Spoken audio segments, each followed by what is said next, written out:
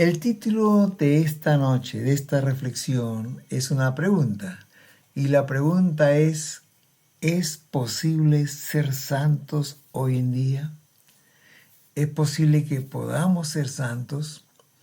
Porque la palabra de Dios en Primera de Pedro, capítulo 1 y versículo 15 dice: sed santos en toda vuestra manera de vivir. Pregunto, ¿es posible ser santos? A manera de introducción me gustaría compartir con ustedes una ilustración que leí en el libro De Puntillas por Amor, escrito por el hermano John Simmons. Empezando su libro había una ilustración de un joven europeo que deseaba conocer el Nuevo Mundo, es decir, las Américas, allá por los años 1920, hace más de 100 años, cuando no existían todavía los aviones y casi todos los viajes se hacían por barco. El medio de comunicación que se usaba para ir con viajes largos era a través de barcos. El viaje era largo y era fatigoso. Y este joven trabajó mucho con el deseo de venir a estas tierras hasta que pudo comprar su pasaje, su tiquete para venir a este nuevo mundo, las Américas. Para el viaje él se provisionó de mucho pan y queso, dijo él, para comerlo como mi almuerzo y mi cena. Pero después de unos días ya de viaje, él se cansó de este menú. Mucho más cuando el queso se enmoheció por la brisa del mar y el pan se volvió duro. Mientras esto sucedía, desde su habitación él miraba cómo el mesero pasaba a través de la ventana del cuarto de su habitación y miraba los platos deliciosos que llevaban a las habitaciones de los viajeros. Un día no pudo más. Cansado por esta situación, por el hambre que tenía, fue hasta donde el cocinero y le pidió que le permitiera comer de lo que algunos de los viajeros dejaban en sus platos. El cocinero, extrañado, le dijo: ¿y cómo usted subió acá? Muéstreme su boleto. Y él fue a la habitación, sacó el boleto y se lo mostró. Y él dio la vuelta al ticket en la parte de atrás y en una letra más menudita decía que con ese boleto no solamente podía viajar a las Américas, sino que él podía disfrutar de la comida. Todas las comidas ya estaban incluidas en el precio y también podía tomar refrescos o snack a la hora que él le placiera. Y él estaba sufriendo, muriendo de hambre, teniendo en su poder el comer todo lo que quisiera. Esta historia es un poco irrisible, da risa al saber de lo que él estaba pasando cuando él podía disfrutar todo. Pero después de contar esta ilustración, el doctor Simmons decía que muchos cristianos estamos viviendo bajo el nivel que Dios quiere que vivamos. Muchos cristianos estamos viviendo como este joven, teniendo la posibilidad de gozar todo. Hermanos, vivimos en un nivel muy bajo con relación a nuestros derechos como hijos de Dios y los recursos espirituales que Él ha puesto a nuestra mano. Por ejemplo, nos falta gozo cuando Dios nos ofrece gozo inefable y glorioso. Nos falta paz, mientras que Dios quiere darnos una paz que sobrepasa todo entendimiento. Vivimos vencidos, atribulados, cuando Dios quiere que seamos más que vencedores. Estamos estériles y sin fruto, mientras que el Padre quiere darnos poder de lo alto para llevar mucho fruto. Dice Segunda de Crónicas capítulo 16, versículo 9, porque los ojos de Jehová contemplan toda la tierra para mostrar su poder a favor de los que tienen un corazón perfecto, un corazón santo para con Él. Dice que el Señor está mirando, Dios está mirando la tierra, toda la tierra, y Él quiere mostrar su poder. Él quiere dar su poder a favor de aquellos que viven en santidad, que tengan un corazón perfecto para con Él. Dios quiere que vivamos a otro nivel y no vivamos bajo el nivel que estamos muchas veces pasando. En este día vamos a meditar en este precioso tema que es la santidad cristiana. Y la razón de meditar en este tema es porque la iglesia a la que pertenecemos es una iglesia de santidad. Abordaré este tema en 3 partes. En primer lugar, vamos a ver una breve referencia histórica, cómo llegamos a tener esta doctrina de santidad.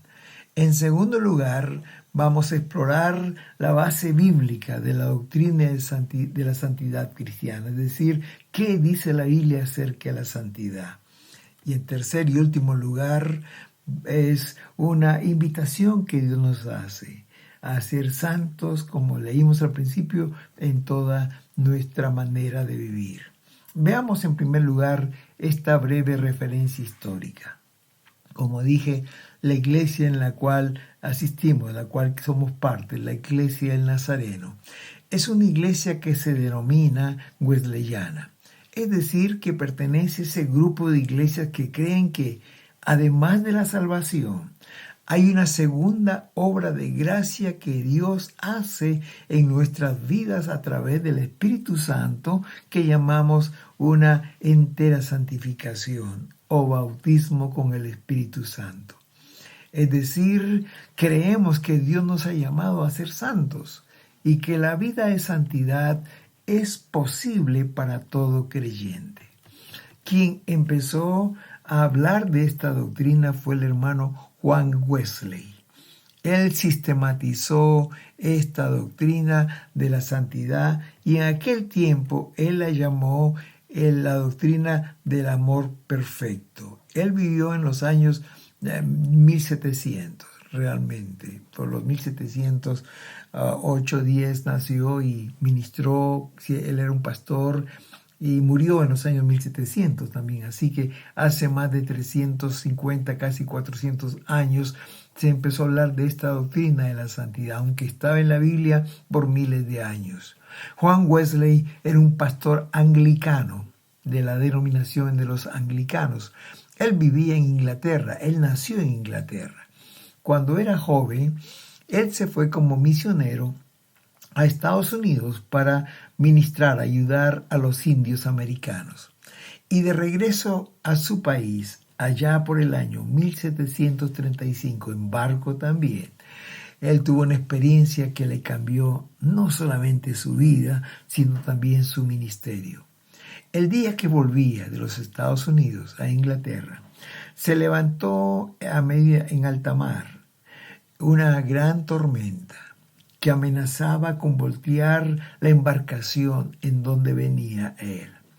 Todos los que estaban en el barco, más la tripulación, corrían para procurar un bote salvavidas. Ellos iban en la parte más alta del barco para conseguir este bote salvavidas.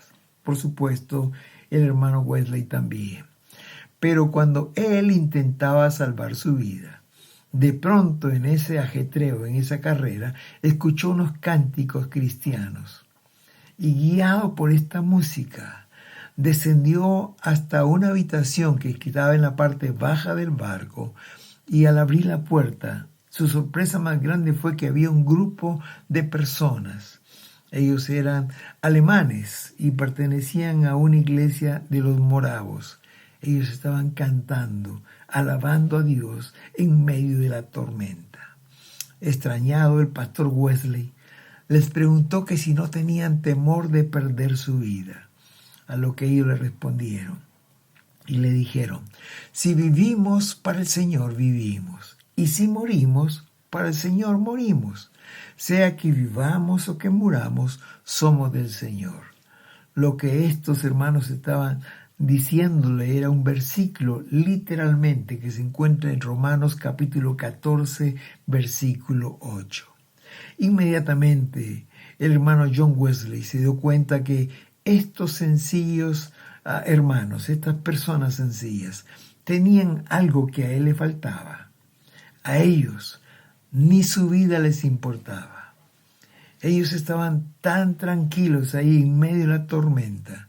Y podrían decir como el apóstol Pablo dijo en Filipenses 1:21, porque para mí el vivir es Cristo y el morir es ganancia. Si ellos morían, ellos se iban directamente con el Señor al cielo y esa era ganancia. Y si vivían, bueno, para el Señor también vivía. Después de este viaje, el hermano Wesley quedó impactado con estos hermanos. Pero no solamente quedó impactado, sino que a partir de ese día comenzó a buscar esta experiencia con intensidad. Él oraba y le clamaba a Dios y le decía, Señor, quiero experimentar lo que esta gente experimentaba, que ni aún su propia vida les importaba. Y dice su biografía que el 24 de mayo de 1738, 3 años después, estando en una iglesia precisamente estos hermanos, los moravos, en Londres, y mientras leía un pasaje del libro de los Romanos, ese día el Espíritu Santo vino sobre él. Llenó su corazón de amor para con Dios y para con sus semejantes. Hermanos queridos, como dije, esta experiencia cambió radicalmente la vida de Juan Wesley y su ministerio, pero también cambió el rumbo de la historia de la iglesia cristiana, porque a partir de ahí él empezó a hablar, y no solamente empezó a hablar, sino sistematizó la doctrina de la santidad cristiana o la del amor perfecto, como él la llamó. Ahora han pasado 350 años y tenemos iglesias cristianas que creen en la salvación como una primera obra de gracia, pero también creen en la santificación como una segunda obra de gracia. Es decir, ellos creen en la santidad cristiana. Para Juan Wesley, la doctrina del amor perfecto o la vida de santidad demanda una consagración total a Dios.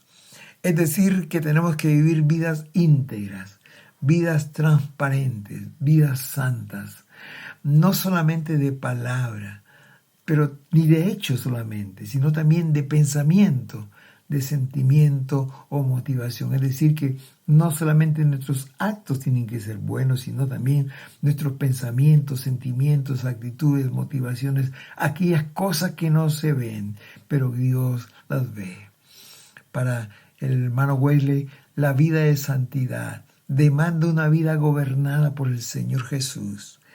No solamente Él debe ser nuestro Salvador, sino también nuestro Señor. Él quiere ser nuestro Salvador y nuestro Señor. Y cuando decimos nuestro Señor, significa que Él tiene control de nuestras vidas. En otras palabras, Él es el amo de nuestras vidas. También la vida de santidad demanda tener una vida íntegra, total, es decir, que entregarle al Señor no solamente nuestro pasado, como lo hacemos cuando somos salvos, le entregamos todo nuestro pasado, especialmente las cosas que hemos hecho malas. Pero cuando venimos para que Él nos santifique, le entregamos también el control de nuestro presente y nuestro futuro. En pocas palabras es entregarle lo que somos, pero también lo que seremos, no solamente lo que fuimos. Esa es la diferencia entre un creyente salvo y un creyente santificado.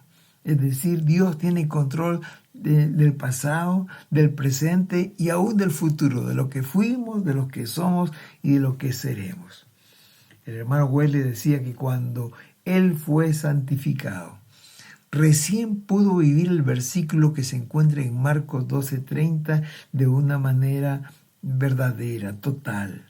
Ese versículo dice: amarás al Señor tu Dios con todo tu corazón, con toda tu alma, con toda tu mente y con todas tus fuerzas. Es decir, el día que Él fue santificado, su amor para Dios creció tanto que le amaba con toda su vida, todo su corazón, todas sus fuerzas, toda su alma, toda su mente. Él lo amaba totalmente y al prójimo también.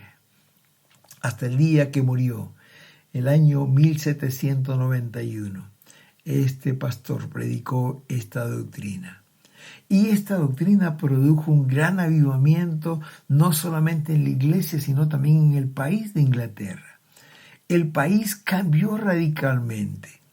No solamente miles de personas conocieron a Cristo como el Salvador de sus vidas, sino que el país de Inglaterra fue transformado. Años más tarde, varios de sus discípulos llegaron al Senado de la República, a los lores de Inglaterra, y la ley del país fueron cambiadas. En ese tiempo, hablamos de los años 1750-60, se abolió la esclavitud por leyes que dio el gobierno. Se reglamentó el trabajo de 8 horas diarias.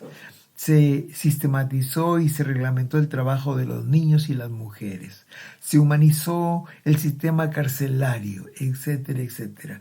No solamente la iglesia fue avivada, sino que el país fue cambiado, fue transformado. Algunos historiadores que han escrito la biografía del hermano Wesley dicen que la historia de Inglaterra se partió en dos, antes de Wesley y después de Wesley. Hoy Inglaterra es una potencia mundial. Me encanta lo que dice cierto biógrafo del hermano. Dice, un hombre renovado espiritualmente, y se refería a él, produjo un avivamiento en la iglesia, la cual produjo una transformación en la sociedad. Y esta es la historia. Por eso creemos en la doctrina de la santidad. Creemos en nuestra iglesia que no solamente debemos ser salvos, sino que debemos ser santificados por el Señor. Que no solamente debemos ser salvados por Jesús, sino también que Él nos santifica con su Espíritu Santo y nos lleva a un estado de comunión total con Él, en la cual se convierte en nuestro Salvador, también en nuestro Señor. En segundo lugar, ¿qué nos dice la Biblia acerca de la santidad? Es decir, ¿cuál es la base bíblica de la doctrina de la santidad? A partir de las enseñanzas de Wesley, se empezó a enseñar la doctrina de la santidad cristiana en la iglesia evangélica. Y la base de la doctrina, por supuesto, es la palabra de Dios. La palabra santo o sus derivados se menciona en toda la Biblia, de tapa a tapa, desde el Génesis hasta el Apocalipsis. Solo en el Nuevo Testamento se menciona 142 veces, significando que es un tema muy importante para Dios. La Biblia nos muestra muchas razones por las que nosotros los cristianos, los discípulos del Señor, debemos ser santos. En primer lugar, porque la santidad es la voluntad de Dios. La voluntad de Dios es que su pueblo sea un pueblo santo. La palabra santo significa separado para Dios, pero al mismo tiempo también significa separado del pecado para Dios. Desde el principio, cuando Dios llamó a Abraham, para luego a través de él formar un pueblo, el pueblo de Israel. En Génesis, el primer libro de la Biblia, allí en el capítulo 17, versículo 5, dice, y luego leo en la Nueva Versión Internacional, le dijo Dios, yo soy el Dios Todopoderoso. Le dijo a Abraham, anda delante de mí y sé íntegro, es decir, sé santo, sé perfecto. Hermanos queridos, la voluntad de Dios es que seamos santos. Desde el inicio de la historia de la humanidad, esa fue su voluntad, ese fue el propósito de Dios. Por otro lado, en el Nuevo Testamento vemos también a Jesús orando por sus discípulos. Allí en el capítulo 17 de Juan, versículo 17, dice, santifícalos en tu palabra es verdad. La voluntad de Dios era que sus discípulos sean santos también. Hermanos queridos, la Biblia nos habla de que Cristo murió no solamente para salvarnos, sino también para que su iglesia sea una iglesia santa y sin mancha. Efesios capítulo 5, versículo 25 al 27 dice, Cristo amó a la iglesia y se entregó a sí mismo por ella, para santificarla, habiéndola purificado en el lavamiento del agua por la palabra, a fin de presentársela a sí mismo una iglesia gloriosa, que no tuviese mancha ni arruga, ni cosa semejante, sino que fuese santa y sin mancha. Jesús murió para santificar su iglesia, para purificarla, para que no tenga mancha ni arruga ni cosa semejante, sino que fuese santa y sin mancha. La voluntad del Señor para que su iglesia es que sea santa. Pablo dice en 1 Tesalonicenses 4:3, pues la voluntad de Dios es vuestra santificación. Ese es el deseo de Dios. La voluntad de Dios es que seamos santificados.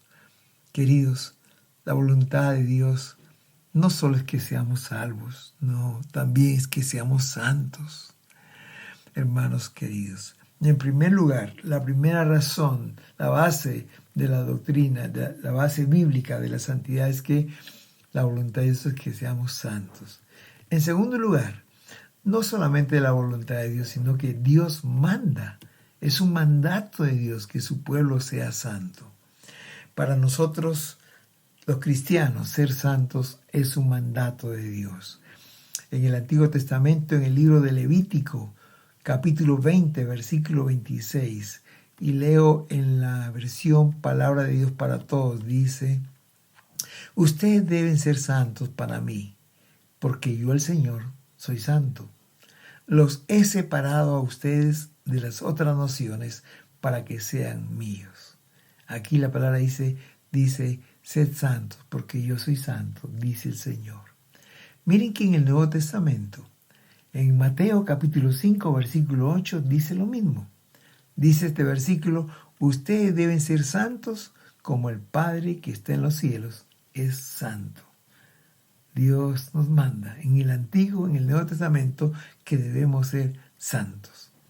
Y el versículo que hemos leído en Primera de Pedro, capítulo 1, versículo 15 y 16 dice: sino como aquel que os llamó es santo, sed también vosotros santos en toda vuestra manera de vivir. Porque escrito está: sed santos porque yo soy santo. Hermanos queridos, este versículo del apóstol Pedro, el versículo 15, dice algo más. Dice: sean santos en toda vuestra manera de vivir. Es decir, que esto incluye todas las áreas de la vida. Es decir, la vida personal, la vida familiar, la vida laboral, la vida sentimental, toda la vida económica, todo, incluye todas las áreas de la vida. Y aquí dice que debemos ser santos, íntegros, transparentes.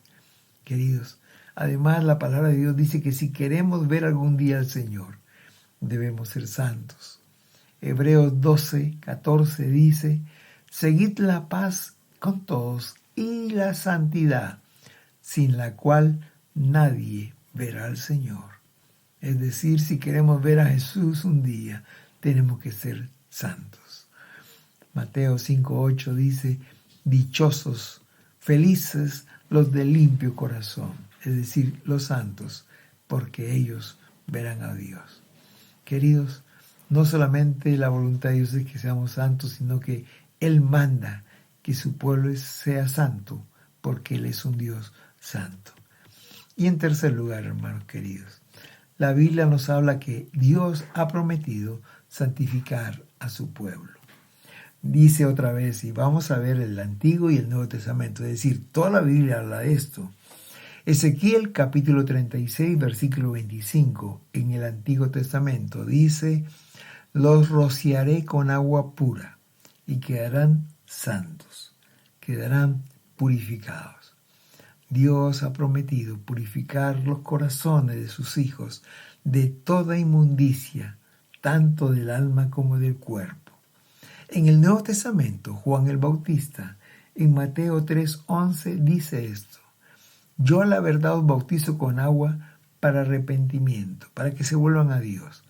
Pero el que viene tras mí, cuyo calzado no soy digno de llevar, él os bautizará con Espíritu Santo y con fuego. Dice aquí Juan el Bautista que vamos a ser bautizados con el Espíritu Santo. Vamos a ser santificados. Y menciona algo más, menciona la palabra fuego.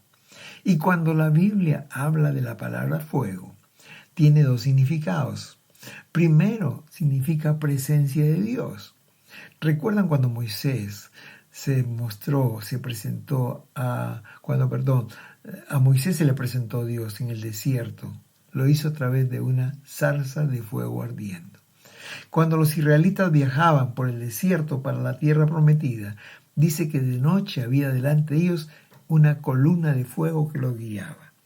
Esta columna de fuego representaba la presencia de Dios.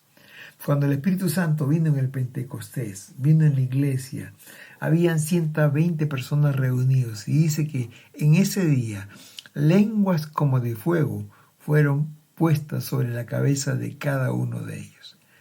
Esto era evidente que estaba cumpliéndose lo que dijo Juan el Bautista en Mateo 3:11, que Jesucristo bautizaría con Espíritu Santo y fuego. Y sabes una cosa, querido, el fuego purifica nuestros corazones. Hermanos, Dios quiere purificar nuestros corazones. Él quiere hacerlo, Él ha prometido hacerlo, hermanos. Y Él quiere purificarnos, quiere limpiarnos. Este pasaje de Mateo capítulo 13, en el versículo 12, dice que ya tiene su pala en la mano y limpiará su era, su finca, su chacra, y separará la paja del trigo. Guardará el trigo en el granero, pero quemará la paja en un fuego que nunca se apaga. Hermanos, esa paja y ese fuego es el Espíritu Santo que quema lo malo que hay en su iglesia, en nuestras vidas. Pregunto en esta noche, ¿cuánta paja hay en nuestras vidas que necesita ser quemada por el Espíritu Santo? Él desea purificar nuestras vidas. Él desea purificar y cambiar aquellas cosas que no están bien, para que seamos vidas santas, que alegren, que glorifiquen el nombre del Señor. Dios ha prometido santificar a su pueblo. Miren lo que dice Isaías 44:3. Dice, porque yo derramaré de mi espíritu sobre tu generación. El Señor anhela derramar su Espíritu Santo sobre nuestras vidas, sobre nuestra generación. Hermano, quiere bendecir no solamente a nosotros, sino a nuestros hijos, a nuestros nietos, a nuestras descendencias. Dice, y bendeciré tus descendencias, dice la palabra. Queridos, si el Señor anhela, si Él promete santificar su pueblo, nosotros debemos anhelar, debemos desear que el Señor nos santifique. Queridos, y en esta noche quiero terminar con una invitación que el Señor nos hace de consagrar nuestras vidas a Él. En Romanos capítulo 12, versículo 1 y 2 dice, por esto, hermanos, tomando en cuenta el amor que Dios nos tiene, Pablo dice, les ruego a cada uno de ustedes se entregue a Dios como sacrificio vivo y santo, y este es el único sacrificio que a Él le agrada. Nos advierte, nos amonesta a no amoldarnos a la conducta de este mundo. Al contrario, dice, sean personas diferentes en cuanto a su conducta y forma de pensar. Y así aprenderán lo que Dios quiere, lo que es bueno, agradable y perfecto. Aquí el apóstol Pablo nos está invitando a entregarnos a Jesucristo, a entregarles nuestra vida. Dice, les ruego que cada uno de ustedes entregue su vida como un sacrificio vivo y santo a Dios. Este es el sacrificio, esta es la ofrenda que a Dios, dice, le agrada. Entreguemos nuestras vidas al Señor. Y nos amonesta a no moldarnos a la forma de pensar de este mundo, a la conducta, cómo se conducen las personas en el mundo. Dice al contrario, sean diferentes, cambien su manera de pensar, para que de esta manera cambien su manera de actuar. Y dice, de esa manera vamos a comprender, vamos a entender lo que es bueno, agradable y perfecto, que la voluntad de Dios es buena, agradable y perfecta. Querido, Dios nos invita en esta noche. Si queremos agradarle en todo, si queremos hacer su voluntad, necesitamos entregar nuestra vida completamente a Él. No debemos guardar nada en nosotros. Como decía el apóstol Pedro, sean santos en toda vuestra manera de vivir. Y de esa manera, si comenzamos a vivir al nivel que Dios quiere, vamos a comprobar que su voluntad es buena, agradable y perfecta. De esa manera podrás experimentar que el caminar como Dios quiere es perfecto, es agradable. Aunque el mundo no lo entienda, tú experimentarás el gozo perfecto, la plenitud de vida que Dios quiere darte.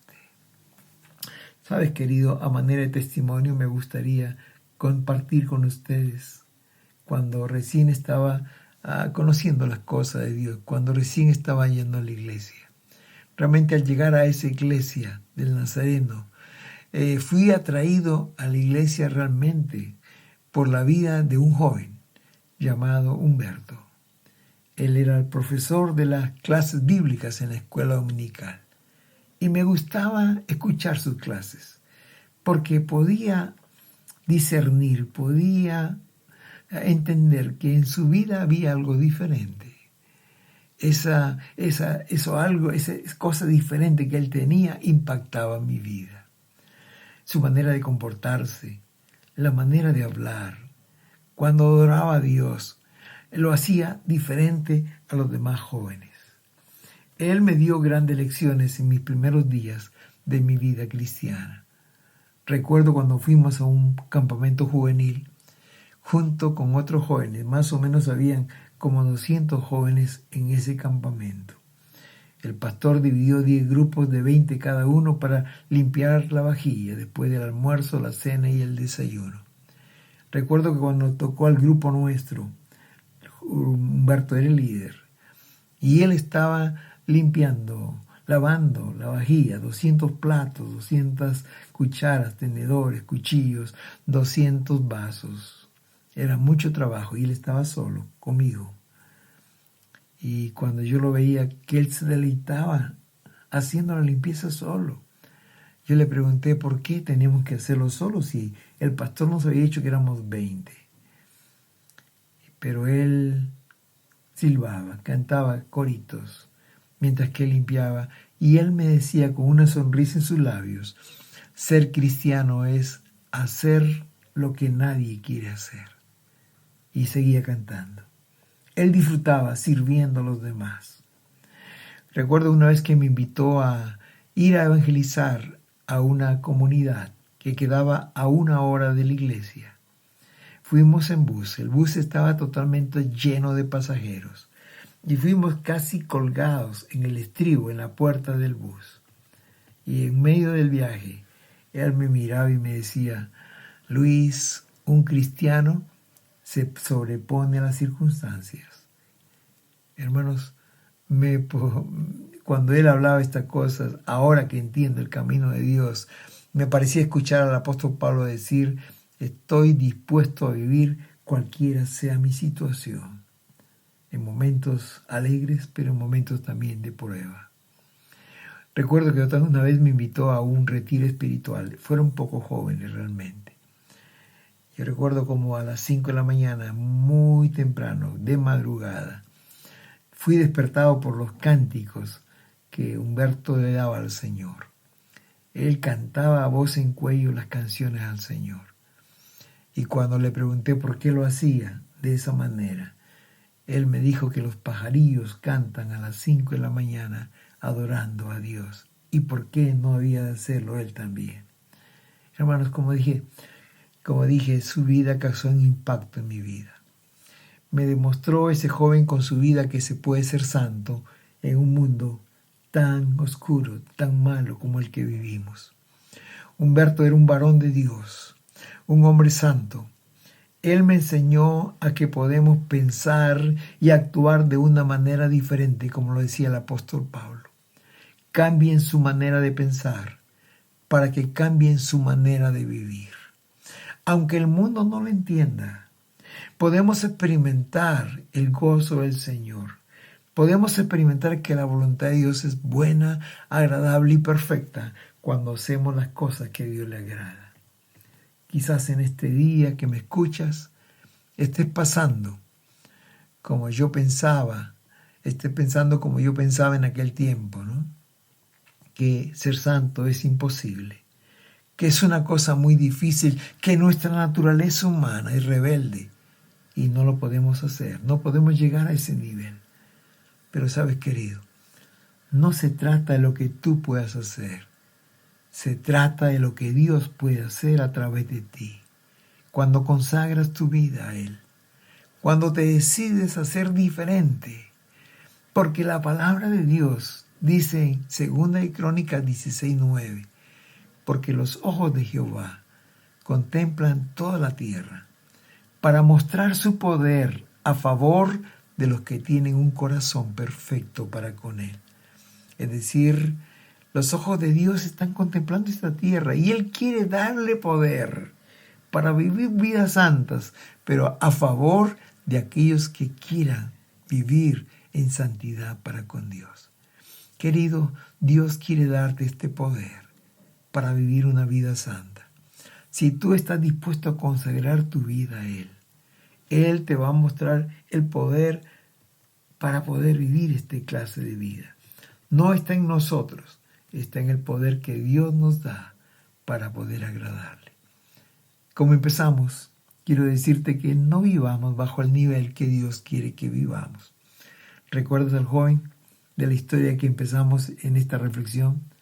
Él estaba comiendo pan y queso todos los días, cuando él podía disfrutar de los manjares, de ese churrasco que pasaba caliente con papas y arroz, y los tripulantes y los viajeros podían disfrutar de ese pollo asado. Oh, hermanos, ellos disfrutaban de los más ricos manjares y este joven comiendo pan con queso todos los días, hasta que se dio cuenta que él podía disfrutar de las otras cosas. Igual nosotros, igual el hermano John Wesley, estaba viviendo, aun cuando él era pastor, bajo el nivel que Dios quería que viviera, hasta que vio a estos hermanos moravos cantando a Dios en medio de una tormenta. Y él dijo, yo necesito eso que ellos tienen. Y buscando a Dios por 3 años, Dios derramó su espíritu sobre su vida, que transformó no solamente su vida, sino su ministerio. Dios quiere hacerlo hoy también. Dios me lo mostró a través de este joven Humberto, que era posible ser santo en medio de un mundo atribulado, cansado, un mundo perdido, un mundo oscuro. Él vivió una vida diferente. Y el Señor nos invita esta noche que consagremos nuestras vidas, que le entreguemos nuestra vida en sacrificio vivo y santo, dice Romanos 1:2. Que no pensemos como el mundo piensa, que cambiemos nuestra manera de pensar, para que así cambie nuestra manera de actuar y podamos comprobar que la voluntad de Dios es que seamos santos. Y cuando vivimos esta clase de vida, podemos comprobar que, aunque el mundo no lo entienda, podemos comprobar que la voluntad de Dios es buena, agradable y perfecta. Que Dios te bendiga.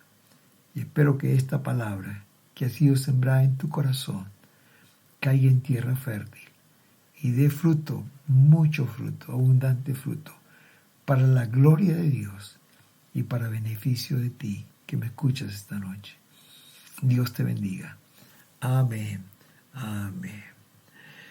Qué bueno que pudimos disfrutar esta noche de la palabra del Señor. La palabra del Señor es linda, es agradable. Como decía David, es como pan dulce a nuestra boca, es como miel, más dulce que la miel a mi boca, es tu palabra, decía el salmista David. Muy bien. Que el Señor te bendiga, que el Señor te guarde, que el Señor haga resplandecer su rostro sobre tu vida y ponga en tu corazón paz. Padre, en el nombre de Jesús, te pido que bendigas a las personas que están conectadas en este momento. Tú conoces su necesidad y te pido, Señor, que cambies, que les llene de ti, Oh mi Dios, ¿qué sería de nuestra vida si no te hubiéramos conocido? Permite que aquellos que no te conocen aún puedan entregar su vida a ti y puedan caminar en el camino que tú tienes para nosotros. Gracias, Señor. En esta noche te alabamos, te damos la gloria, la honra y el honor en el nombre de Jesús. Amén y amén.